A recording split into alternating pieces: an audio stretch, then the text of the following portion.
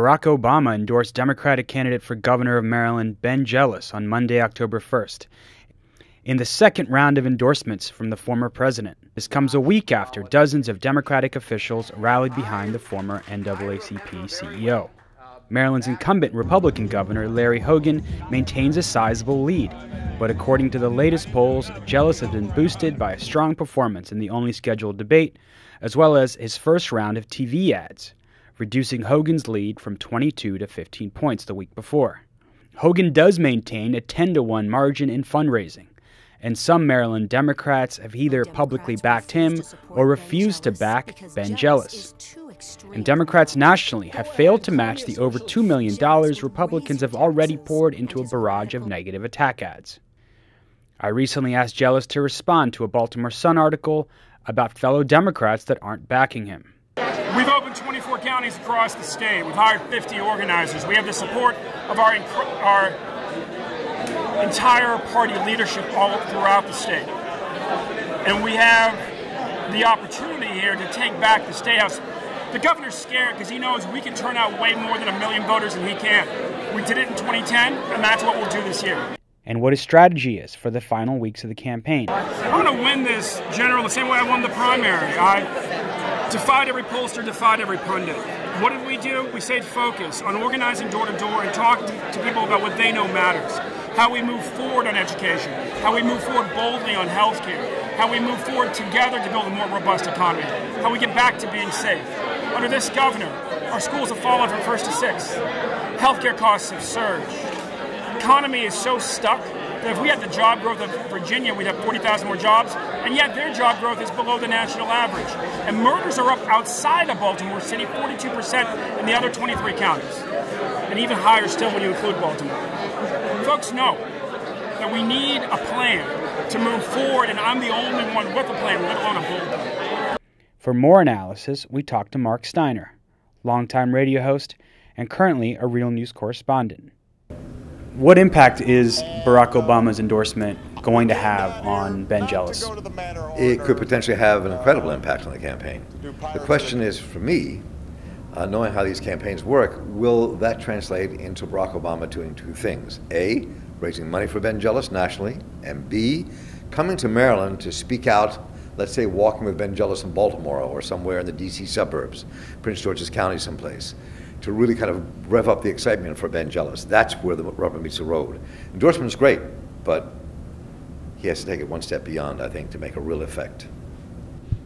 So I recently asked Maryland Democratic Party Chair Kathleen Matthews about why Democrats nationally have not backed Jealous as far as giving money to his campaign, the same way they have Democrats in several other races where they've poured millions of dollars. From the beginning, I think Ben Jealous committed to a people-powered campaign, and I am really very proud as the state party chair to be his partner in that. And what we have focused on is actually talking to voters at the grassroots. And we believe that people-to-people conversation, that's how you win this election. That's how you have an authentic engagement with your voters, is by talking to them at the doors, talking to them on the telephone. Of course, it's going to be important to have some TV ads to amplify the message, and we're already on television, Jealous campaigns on TV, but you also see allied groups campaigning for him. And so I think the combination of the two is what's going to win this campaign. I mean, I think Ben Jealous has the contacts in L.A. among the Hollywood people.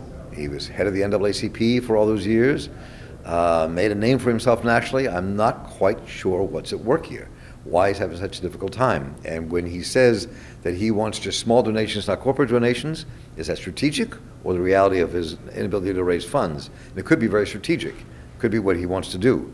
But I've been kind of really shocked at the lack of ability to raise a lot of money. So Jealous was down in the polls in the primary and was going up against the establishment candidate, Rashern Baker. Jealous was still able to win in that race. Last week we saw dozens of establishment politicians and officials from across the state say they are behind their candidate Ben Jealous. Is that going to make a difference? It could. I mean, what will make a difference in this campaign? what will make a difference? The polls have shown a huge growth in the last couple of weeks for support for Ben Jealous. It's still at 52% for Larry Hogan, with one poll saying 9% undecided. But we don't know what that really means, because polls can be real, they also can miss a lot. So what this says to me is, with enough grassroots organizing and push by those 50 organizers he says he has, that could affect a lot, he could possibly win the election. But this is going to be very tough for him to do.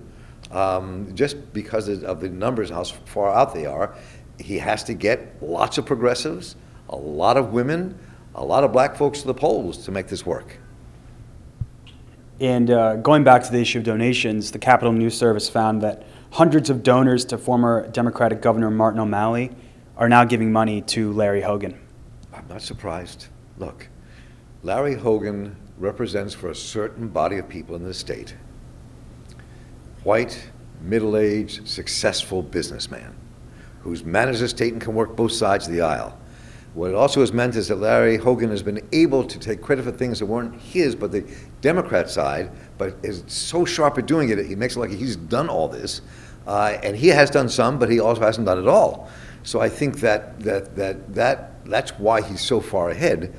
And also the O'Malley money represents that body of people in the center of the white voters in Maryland who would back somebody like Hogan. I mean, that's just who they want. Talk about the factors that have contributed to Larry Hogan's success in the polls and his enormous popularity. He's one of the most popular governors in the entire country. Larry Hogan comes in as the second most popular governor in the United States. Interesting enough, the first most popular governor is in Massachusetts, another Democratic state. So that says a lot. Larry Hogan, look, comes from a very moderate, conservative, Republican background. His father was that. He is that. And he also runs one of the most sophisticated political operations I have ever seen in the state of Maryland. It's unbelievable. He started 5 years before he ran for governor, saying, I'm not really running for governor, but put up this Facebook page and put up the O'Malley page, O-W-E, O'Malley, and clearly says, I was doing that to kind of raise consciousness and push things, but he was running for governor 5 years ago. Knew he wanted to be governor, I think, at any rate. And he ran a great campaign. Larry and Brown ran a terrible campaign. He became governor, and since then, his political machine has been on top of it. I mean, they just have spun everything in his favor. So that, plus the fact that he is a white, middle-class businessman who seems to get things done, have really worked in his favor. And then he got cancer, and nobody wants to wish that on anybody. But he saw that he was tough, he fought it, and he didn't look as if he was using it as a campaign ploy or tool, a political tool, but clearly he came across like that in many ways because it showed that he had grit. So, you know, things have been falling in his way in many ways. Not that cancer is, nobody wants cancer to fall their way, but I'm just saying politically, things have kind of been working out for him in that sense. The Real News will continue to cover the 2018 race for Maryland governor. In Baltimore, I'm Jessel Noor.